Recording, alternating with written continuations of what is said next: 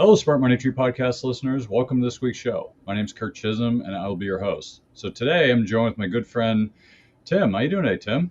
Good. How are you today, Kirk? I'm doing great. It is Friday and ready for the weekend and all the fun that entails. Hopefully, there's some fun involved in there. But Yeah. glad to have you back in the show. And Thanks what for do you having got? me. What do you got going on this week, Tim? Yeah, so it's obviously been a busy week, trying to focus on helping out clients and obviously ideally bringing in some new clients as well. But actually navigating around some of the things that I think we're probably going to get into here, which is lots of questions popping up about, the market and recessions. In fact, I was just looking right before we jumped in.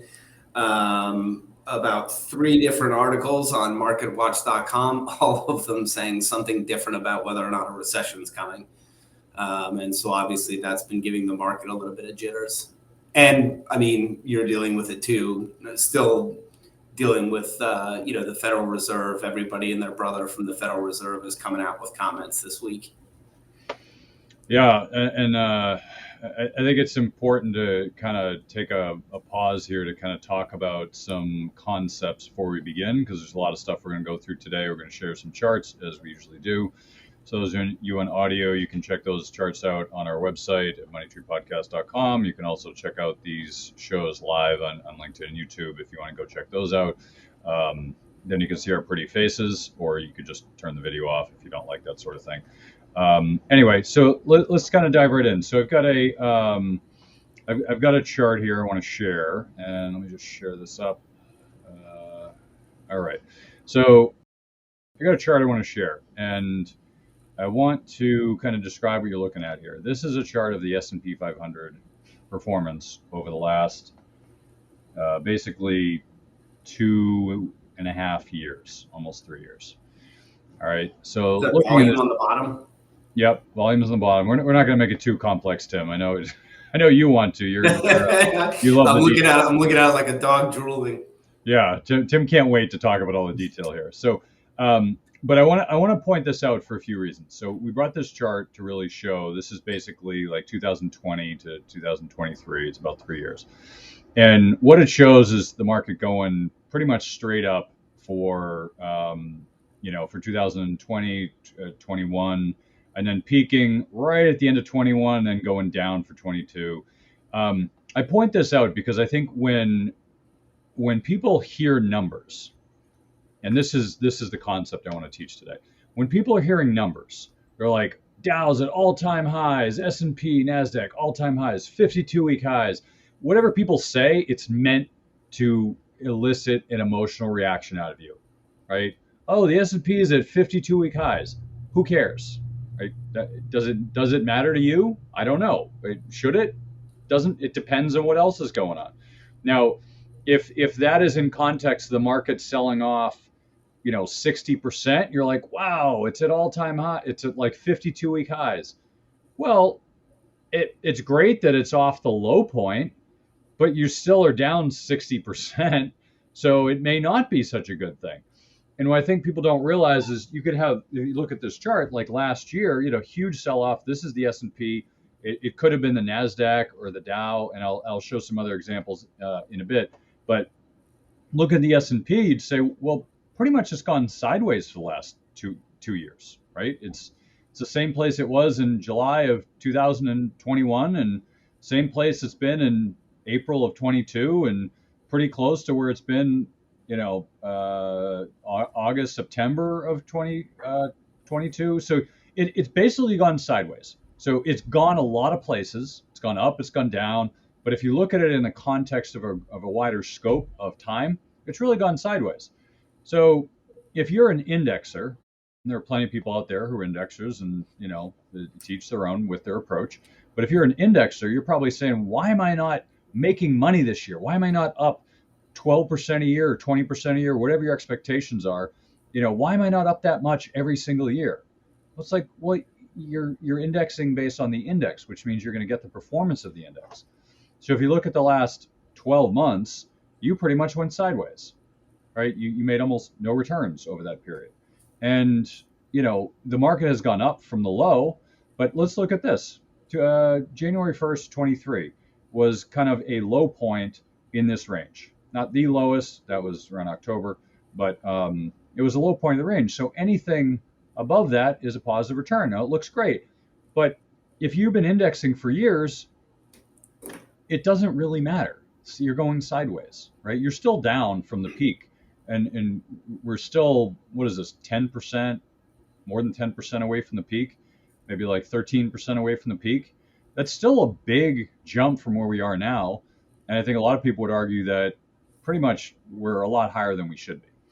So if you really look at the range of what is, I would argue, kind of more reasonable, the range was around 420 on this chart. Right now at 433.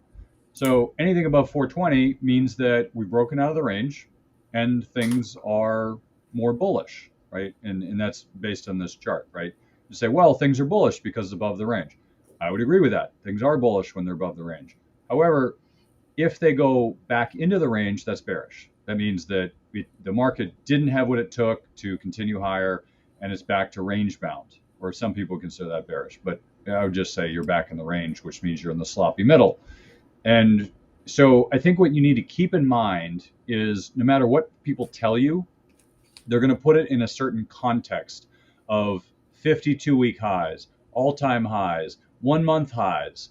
They're going to probably, if you're watching CNBC or the other media, they're going to say, oh, well, the NASDAQ is broken out. It's up like 50% this year. Well, it's down 50% last year. Like, so you have to put things in context for where things are. Because the best returns, we talk about in the show, there's one of the Wall Street illusions out there. Some of the best returns come off the low, which of course only matter if you bought at the low, and nobody does. So it doesn't really matter to you because you've owned it all the way down. So owning it all the way up doesn't really mean anything. But if you bought at the low, it's a great return. But people don't do that. So the point is if you look at one of the Wall Street illusions people show you, if you missed the 10 best days in the market, you would have missed out on 10% annualized returns. What they don't tell you is if you missed the 10 worst days in the market, you would have missed out on 20% annualized returns. You'd have done much better. And what they don't tell you is statistically, the best returns come off the lows. So the biggest returning days are usually off of low periods where it just rockets up like 5% or whatever it is in a day, because the last week it was down 15%. And the point is if you don't understand the context of what they're telling you, it's probably meant to deceive you. And it's probably meant to elicit a response, usually fear or greed, which is what the media tries to do. Usually fear sells better, but greed works in Wall Street as well. So that's the concept I wanted to kind of talk about here. Any thoughts, Tim? Because without getting too much in the weeds here. Yeah, no, I mean, there's a ton I want to say about this chart and what you were just saying. So the question I wrote down, why don't I get this return every year? Right? So this is a conversation we have with clients, not all the time, but in years like last year, certainly we do, which is you can get the same return every year by buying a bond. And actually, that's not even true, because as interest rates fluctuate, the value of the bond will go up or down as well. So unless you own like a CD or something with some kind of a lock-in period on it, nothing's going to move in one single direction, right? If the stock market went up 8% every single year, nobody would ever invest in anything else ever again. So it just isn't going to happen that way. And that is absolutely proven out by this chart. Even in the straight line up, since I assume your bottom there is the COVID crash. It's actually after. So it's a little bit after. This is a 3-year chart. So somewhere around March or April of 2020. Yeah. Okay. So even in that straight line up, look at all of the little dips, right? So the market just doesn't move in one direction. It just doesn't happen that way. And even now in 2022, when everybody was feeling so pessimistic about the market, you've got periods where the market is shooting up, and it gets to a little bit of what I think you were kind of alluding to. Maybe not, I don't want to put words in your mouth, but you wind up with a little bit of a head fake. and people start doubting themselves, which is why timing the market is so difficult, because it's easy to lose faith in what you're doing when the market moves in a different direction from the call that you were making.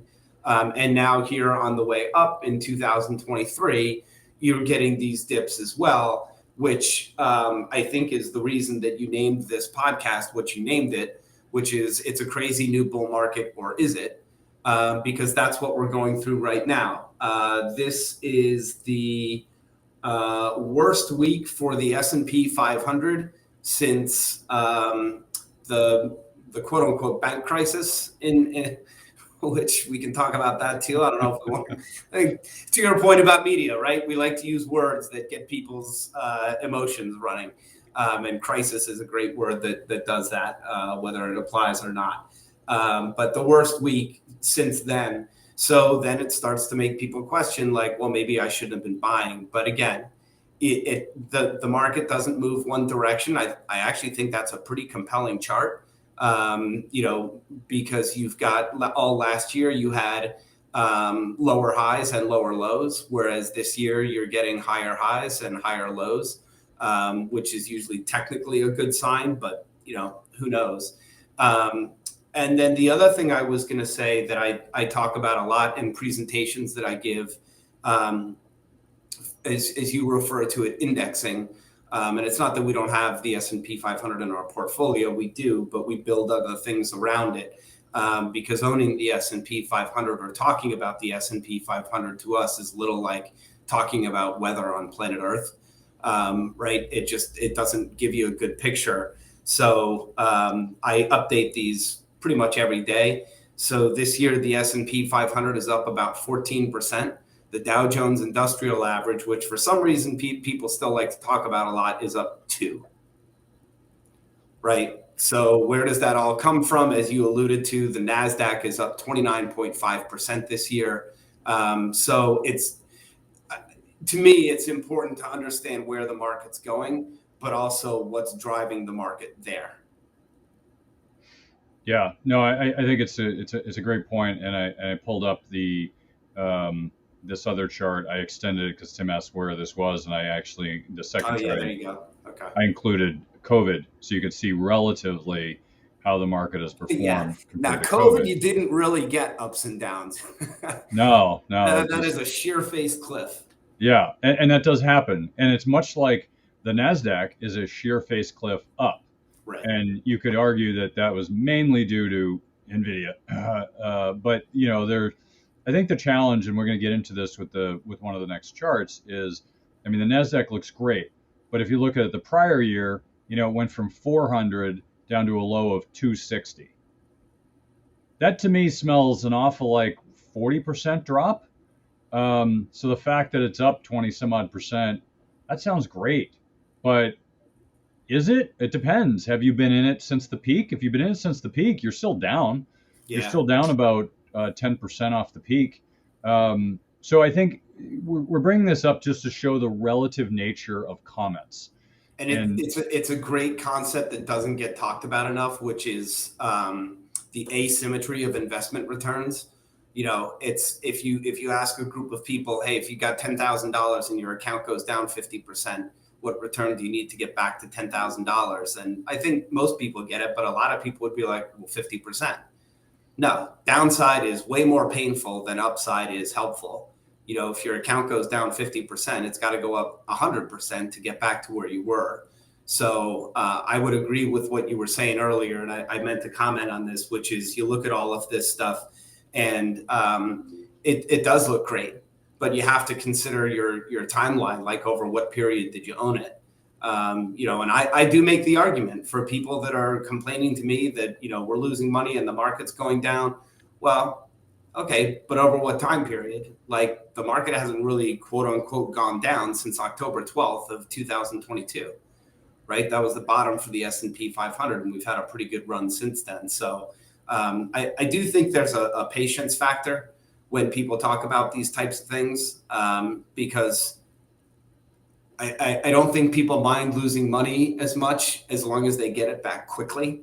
And it just doesn't happen that way. It's like, I think maybe I'm jumping ahead here, but we were going to talk a little bit about the Federal Reserve and inflation. One of my concerns is the Federal Reserve obviously they took a pause recently, but if they're talking about doing 2 more rate hikes this year, you hope that they're going to be true to their word and be very data dependent. Because when you have economies and stock markets and bond markets that are this sized, they don't turn like a Chris Craft, they turn like the QE2. And so there's always going to be some kind of a lagged effect, and it's just not going to move as fast as you want it to. Yeah, so we'll get into that in a minute. I want to bring up another chart here, which will kind of illustrate some of the challenges that we're talking about. So if you're looking at index returns, the index, you'd think, well, it's the market. It's what the market's doing. And as Tim said, the Dow is only up 2% this year. The Nasdaq's up close to 30. The S&P is up, 15, 16. Today's another down day, so I don't know what it actually is at the moment. But basically, you can look at it and say, wow, like there's such a difference. Be like, well, first of all, the Dow is 30 stocks. It's not big, and they happen to be large cap stocks.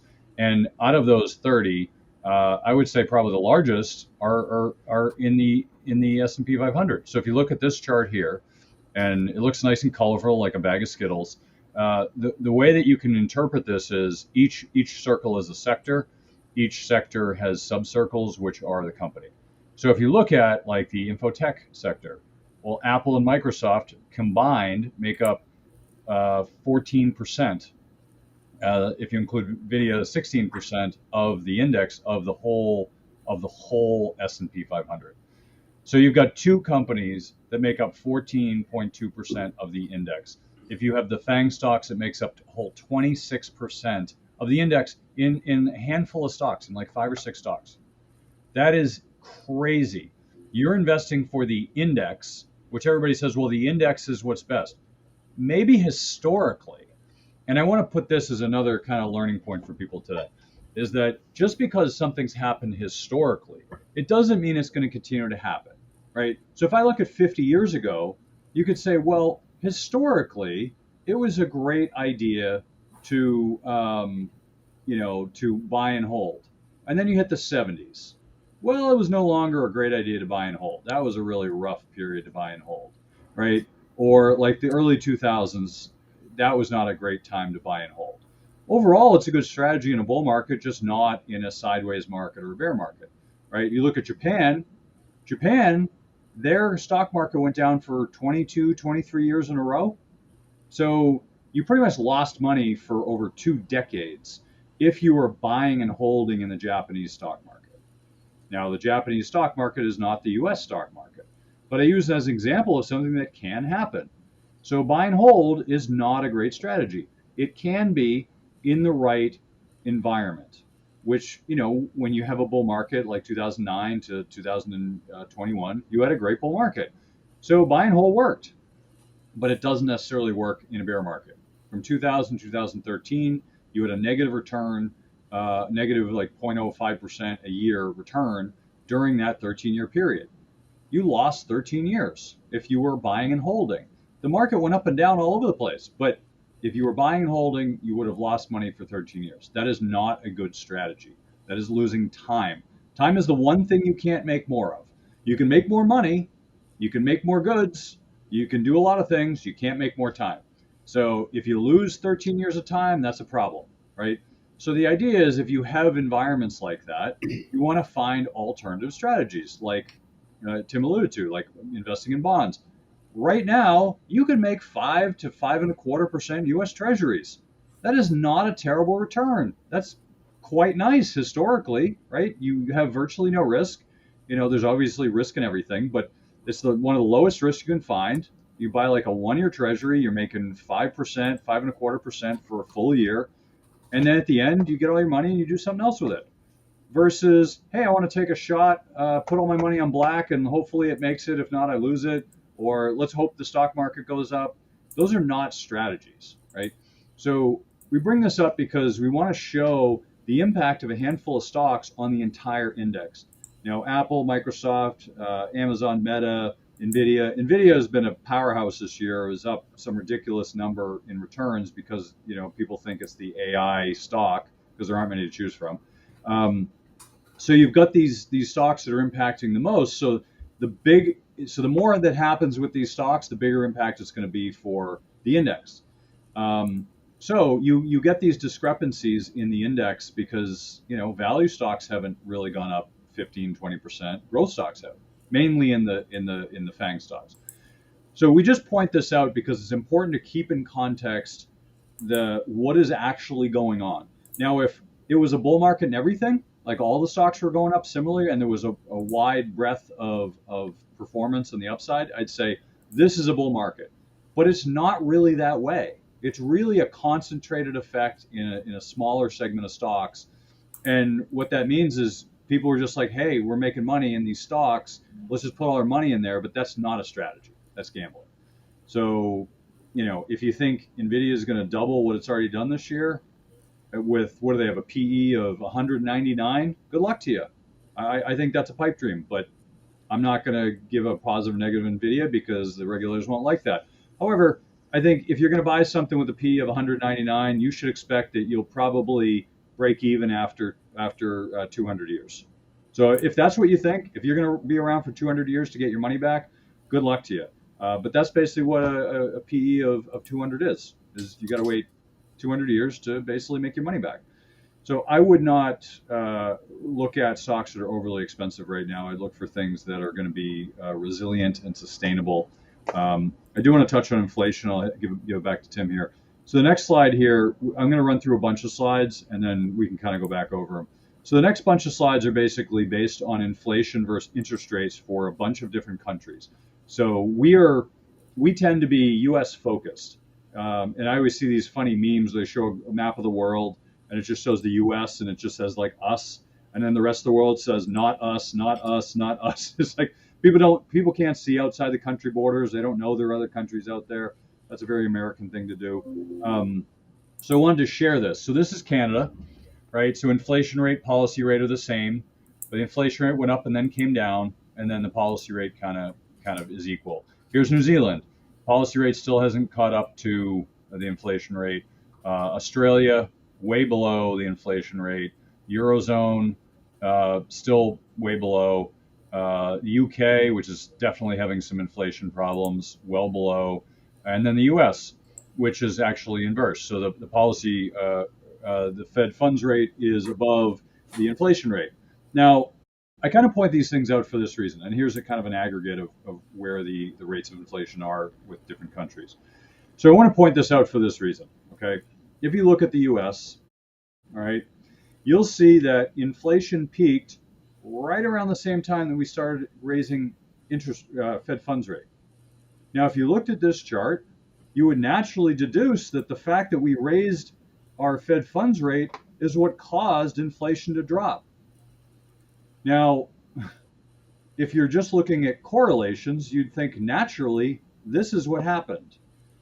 But if you know more of how things work, where a raising of the Fed funds rate can actually take 6 to 18 months before it even impacts the market and the economy. It can take a year or more for it to impact. So this correlation of happening at the same time is a non-starter. You should also look at the fact that it did peak and then start to drop by itself without the Fed's funds rate. So it leads you to question the fact that does the Fed funds rate really have an impact on inflation or not? Now, I raise this point not because it's not true. I raise this point to get you to think. Is it true? How do you know? How do you know if the Fed funds rate is really impacting the inflation rate or not? Now, it does for some very obvious reasons, but it should lead you to believe because obviously the correlations don't line up if you understand that there's a delay of 18 months. And we've argued on the show that inflation rates could actually get to zero this year, oddly enough. So, but I wanted to just point these correlations out because if you look at these different countries, I mean, especially the UK, they're a mess. I mean, their inflation is through the roof. I hear people complaining all the time, people I know, about the rate of inflation, and it's not going away. So just keep that in mind that as you see inflation go down, the Fed is going to claim it's them. It's definitely not them. That they are not the reason that inflation is dropping. We can come back to the bullwhip effect, which we talked about on the show a while ago, which is, when you have spikes in certain directions, they tend to spike in the opposite direction. So think of it as like you hold a beach ball underwater. Like the deeper you hold it, the higher it's going to pop up, and then it hits the surface and goes down a little and up a little, and then it finally finds a balance.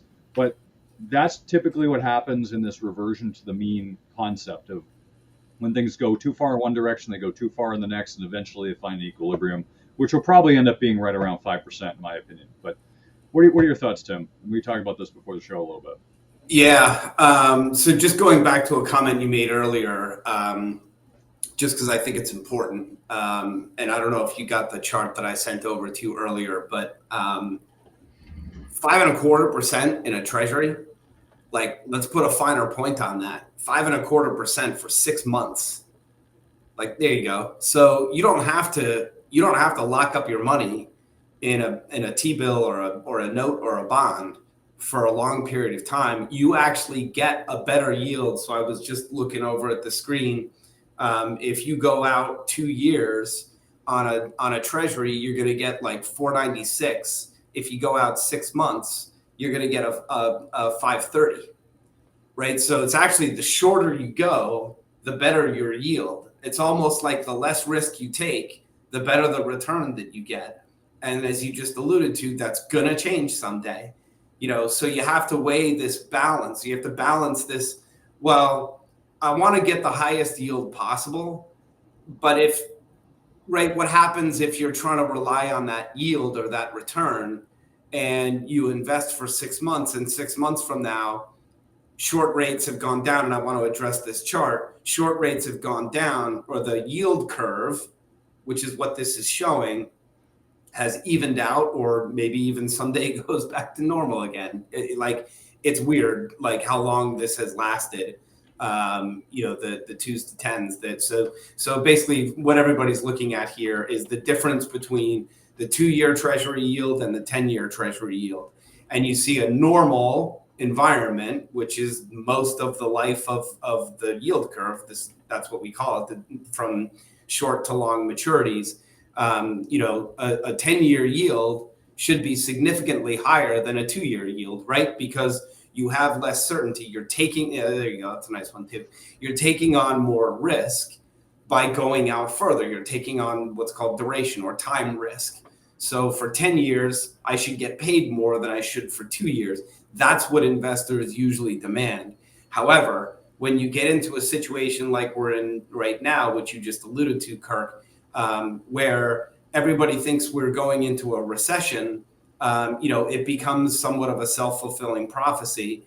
So everybody views the difference between the 2-year and the 10-year Treasury, when that is inverted, meaning 2-year yields are higher than 10-year yields, that is a forebearer of recession. And what it's basically saying is, I'm less certain about the present than I am about the future. I'm more sure about what things are going to look like 10 years from now than I am about what things are going to look like 2 years from now. And that's how you get an inverted yield curve. But so it is an important thing to think about, right? Weighing the difference between, okay, so if I invest for 2 years, I get less of a return, but I'm locked in longer. Because 6 months from now, yeah, you're going to get a 5.25 versus a 5.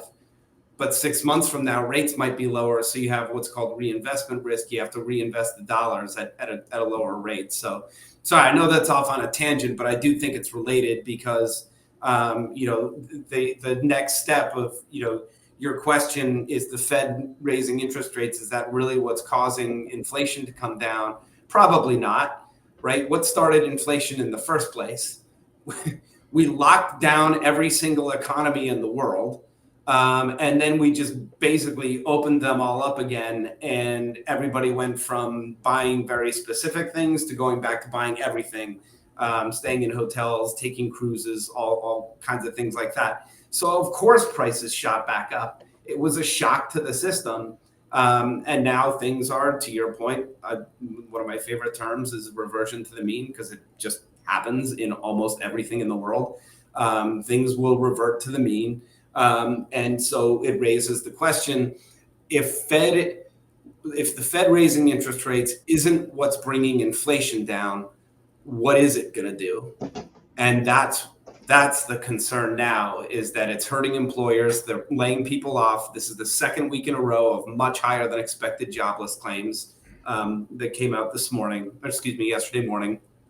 And so it raises the question: are we going to get pushed into a recession? So do we go from, this scenario of way too high inflation into a recession? And it's a conversation we've had quite a bit recently. The big piece for us is who cares, right? There you go. So what Kurt's showing there is the difference between 2-year yields and 10-year yields, and the gray bars are recessions. And so the 2s to 10, I hate predictors and forecasts and all that kind of stuff, but an inverted yield curve has generally been, with varying degrees of accuracy and timing, a pretty good forecaster of a recession. But the other chart that I didn't get around to sending across to you is how do stocks behave before, during, and after recessions. And those things become very difficult to time. And it varies. It depends very much on the recession itself. Maybe I'll dig it up and send it over to you if you want to post it to anything you're doing after the fact. But some recessions, stocks go up a lot. Some recessions, stocks go down a lot. Some recessions. So basically what we concluded was the more stocks go down before the recession, the better stock returns will be at the tail end of and coming out of the recession. The more mediocre or higher the returns of the market are before the recession, the worst stock returns are in during the recession. So sorry for the rant. I think I covered 25 different topics in that ramble, but no, it's good. I do think it's important to think about if the Fed raising interest rates isn't really what's causing inflation to come down, what is it going to cause? So a lot of things we talk about in the show is, and I'll kind of touch on things some of that Tim said, because what he said is really important. If you think about the rate of inflation, and I'm going out on a limb here, I'm not getting a lot of broad-based support from really anybody in the economics industry, not from mainstream media, not from the institutions, and not from the gold bug crowd, which would typically, I mention it because right now they're kind of they're in heaven, because this is like, hey, the world's ending and they're right. People like to feel like they're right. So here's the thing, okay? We've had low inflation for the last basically 20 years, up until a few years ago. So we had low inflation. And there are many reasons why inflation happens. One of the reasons it happens is printing of money. Everybody says that is correct. However, is it really true enough to move the needle? And that's a big question, right? And I'll get back into that. So one way is to print money. Everybody says that, absolutely true, but not always, and not to the degree that people expect. Another thing that impacts inflation is the globalization trend. The globalization trend was enormous.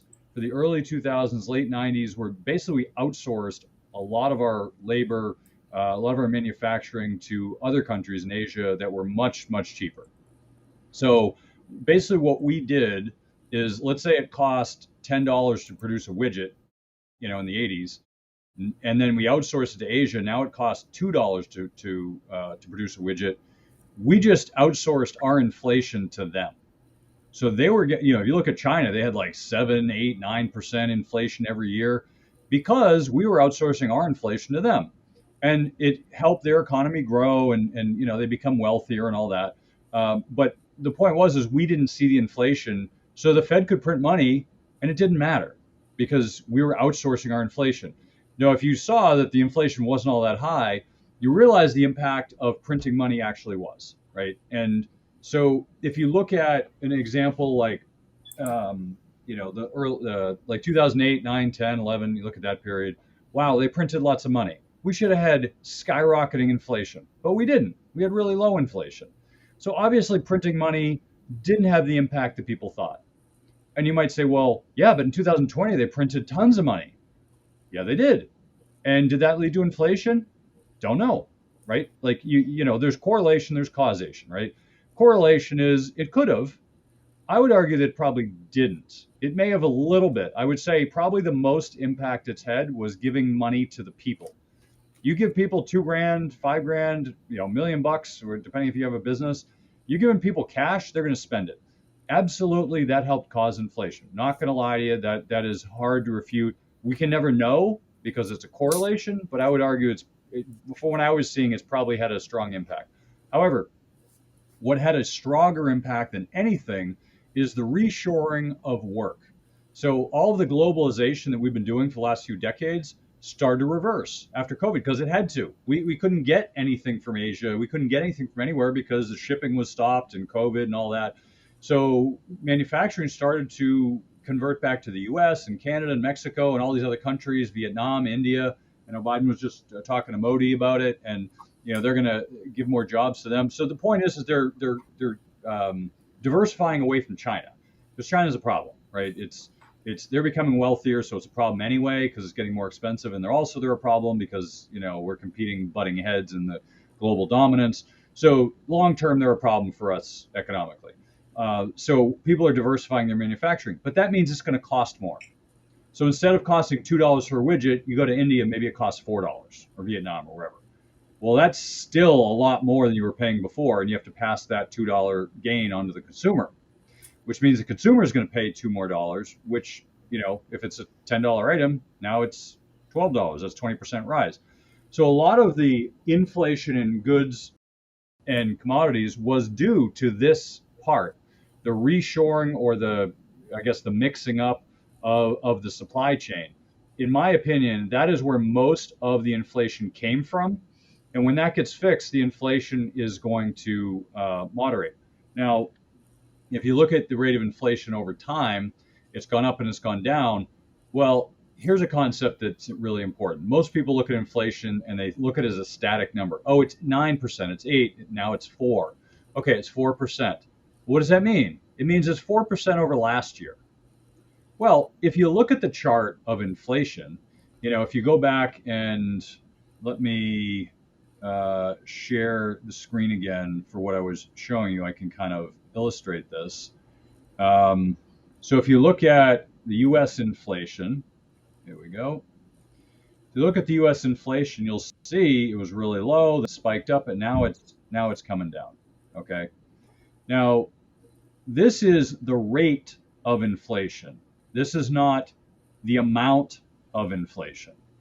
So if you look at this, you'd notice that 2020 was really low because nobody could get anything, nobody was moving anything, so inflation naturally would have been low. Then it spiked up, late in mid 2022 to like 9.1, I think it was, and then now it's down to 4. Now, the thing to note is 9.1 was an increase of 9.1 over the prior year.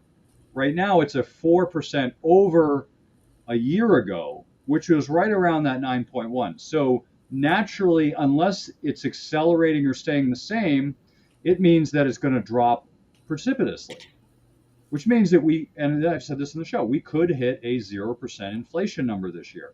And it has nothing to do with the fact that prices aren't high. Prices are still high, and they're going to remain high, and people's wages haven't gone up to compensate for the adjustments. Inflation might have been 20% where your wages didn't go up 20%, which means you're now poorer. You now have less money to buy the same amount of goods. So the fact that we could have a 0 or negative inflation print by the end of the year, all that means is the prices are a little bit higher. They're the same, where they were last year, but your wages haven't caught up. So the challenge that people have is they think, oh, this is fine, we'll go back to normal. Things are still expensive because we went through this inflation bump. The things are still more expensive. So unless wages go up to meet that, you're still behind. And you're going to feel behind. It's going to feel like you still have inflation, even if you don't. So all of this ties into the fact that you have to understand the numbers and what it means. How you feel is a very different thing than these numbers. Because you're going to feel like things are still expensive. Because they are. That price is not going down. I can assure you it's going to be a long time before prices go down if they do at all. And if we hit deflation like Japan did, that would be in some ways a great thing, in some ways a really terrible thing. But one thing that's going to be good for it's going to be good for cash or fixed income. So what Tim said, and I'm going to mention this and then head it back to him. If you look at the graph, the chart I shared with you on the screen, the Treasury yield curve, the red being today, it's inverted, which means on the short end you get more rates than the long end, which means you're better off buying the short end of the curve. Now, what this curve basically means is it's predicting the future. It's predicting that in a year's time, it's still going to be 5.25% yield. And in 30 years' time, it's probably going to be around 4%. This is a prediction model of what the market is predicting that interest rates are going to be. Now, obviously, it can't be accurate because who knows? It's a guess. But normally, your time value of money is it's more important to buy longer out in the curve if things are normal because you're going to get a better yield, right? So if rates are declining, you want to be on the far end of the curve. If rates are if they're climbing, then you want to be in the short end of the curve, which is where we've been, right? Short end of the curve, it's paying the best. That's where you want to be because if rates go higher, you're going to get stuck. And you don't want to get stuck with a 5% if you can get a 10% in the future. This is a public service announcement.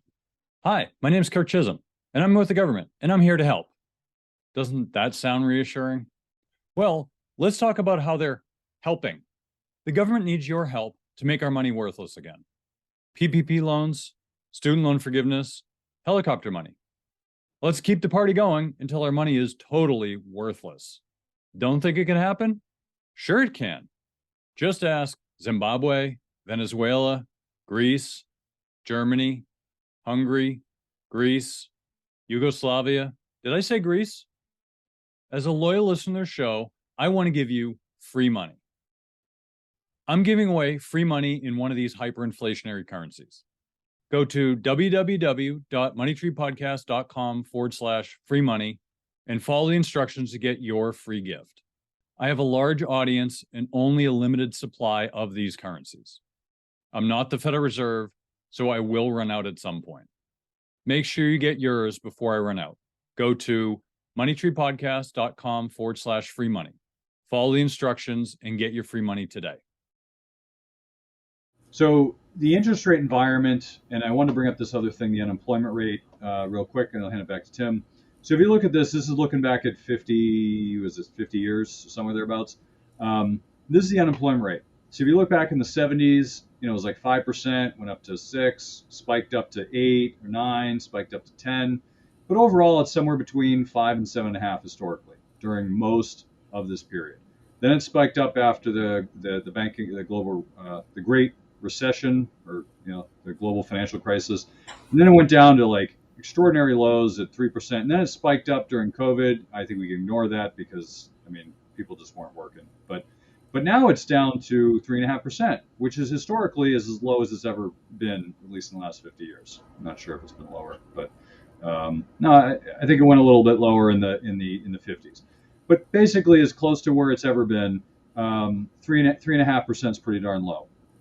That's the unemployment rate. Employers can't find employees, which should lead to people raising wages, but they're not because people are still getting laid off. So we have this weird environment, and it's really hard to understand. So we talk about in the show how the 70s was marked by a mass confusion event. People didn't know what was going on. They didn't know about stagflation. They didn't know that high interest rates and high unemployment and low productivity, low GDP, they didn't know that because they hadn't experienced it before. Now we've got another weird environment.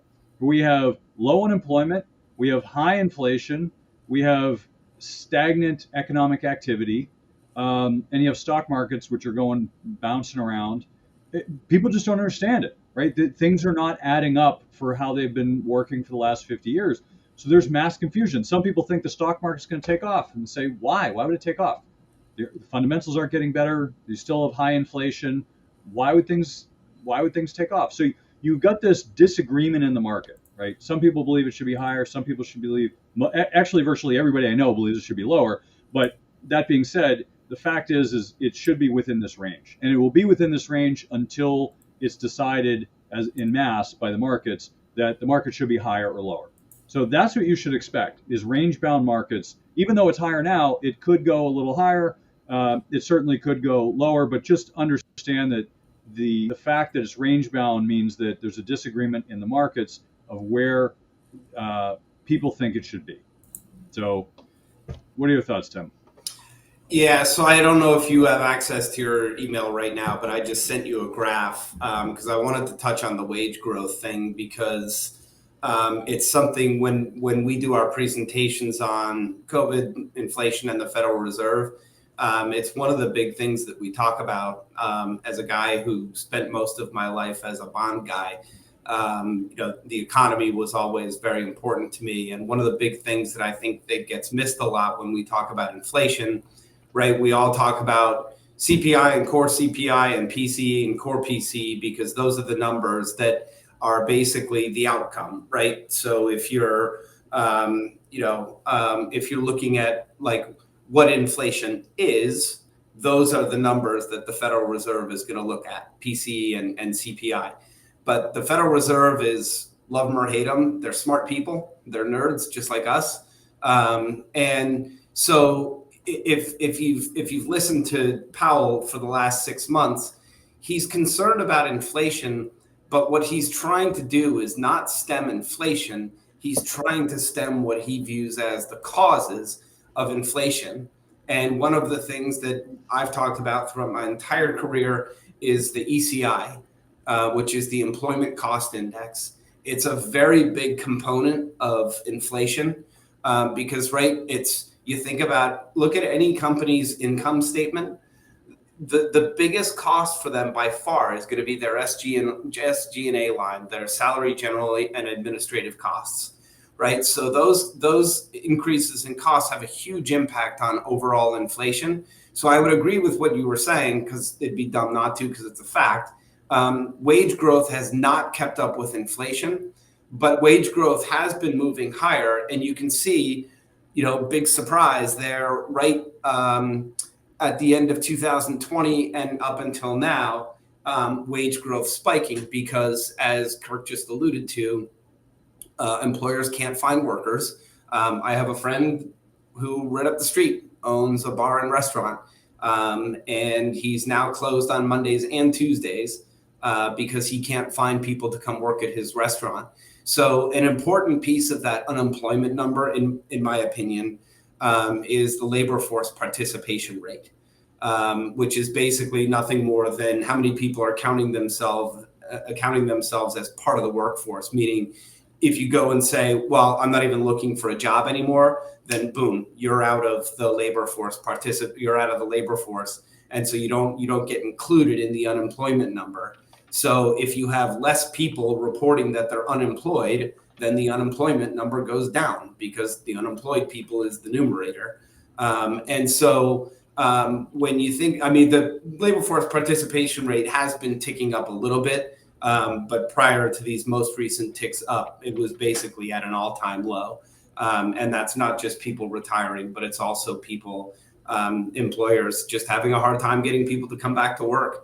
It's been very challenging, and that's been a huge input into inflation. So I just, because you were talking about it anyway, I just wanted to address the fact that employment costs, wages, and Chairman Powell would tell you the same thing over a beer if he drinks beer. I don't know, but he would tell you the same thing. Like, actually, we're looking at inflation, but the main thing we're focusing on is the jobs market.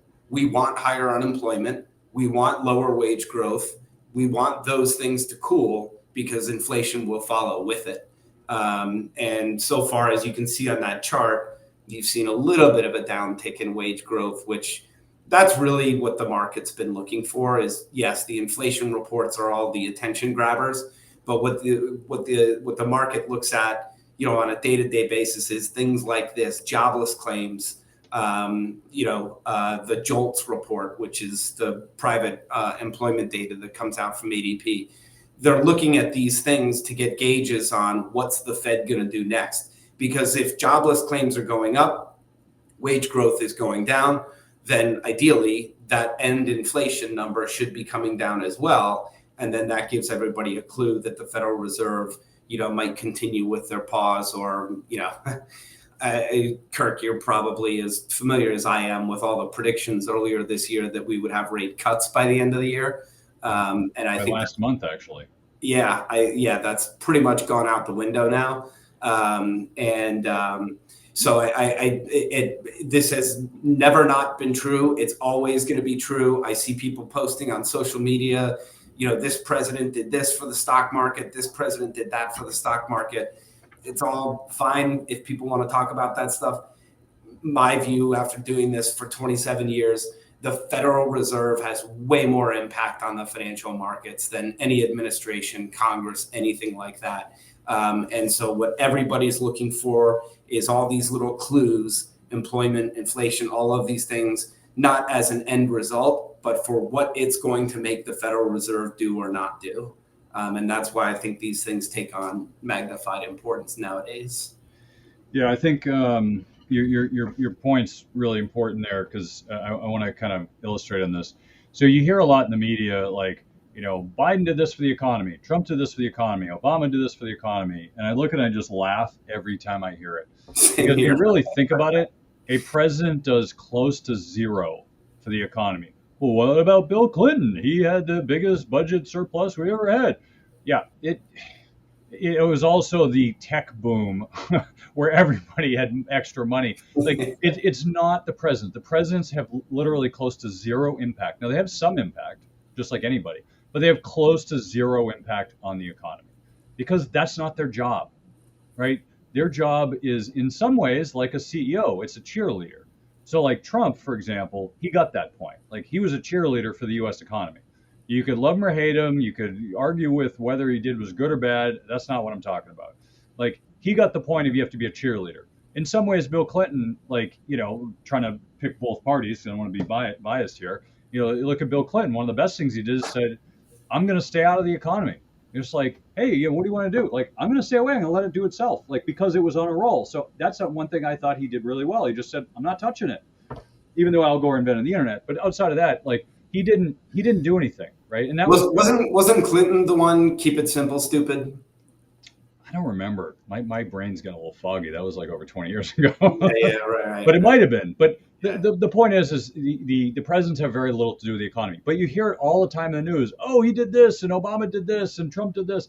It's stupid, because they don't even make. The presidents don't even make laws. Congress does. And if you want to talk about like a law being helpful, you can give credit or blame to Congress, but even they don't have a huge impact.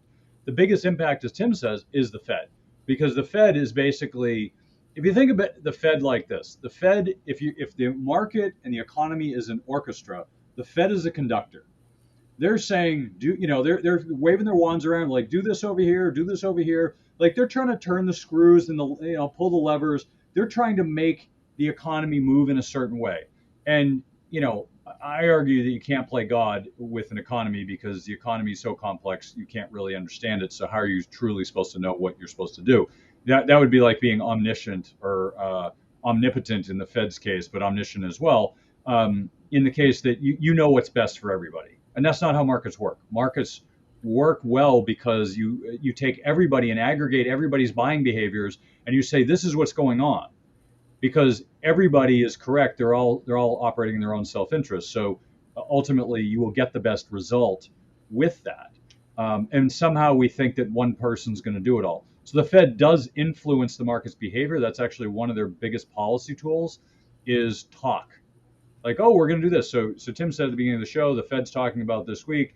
They're pausing interest rates for now, the Fed funds rate, and they're thinking of 2 more rate hikes, so another 50 basis points. Well, that might be true. I would argue that that's probably not true. I would argue it's probably going to be no rate hikes, or maybe 1. If they do 1, it'd be just kind of like, let's see what happens. The realistic response is somewhere between, as I've been calling for this for the past year and a half, 5 and 5.5% is the range.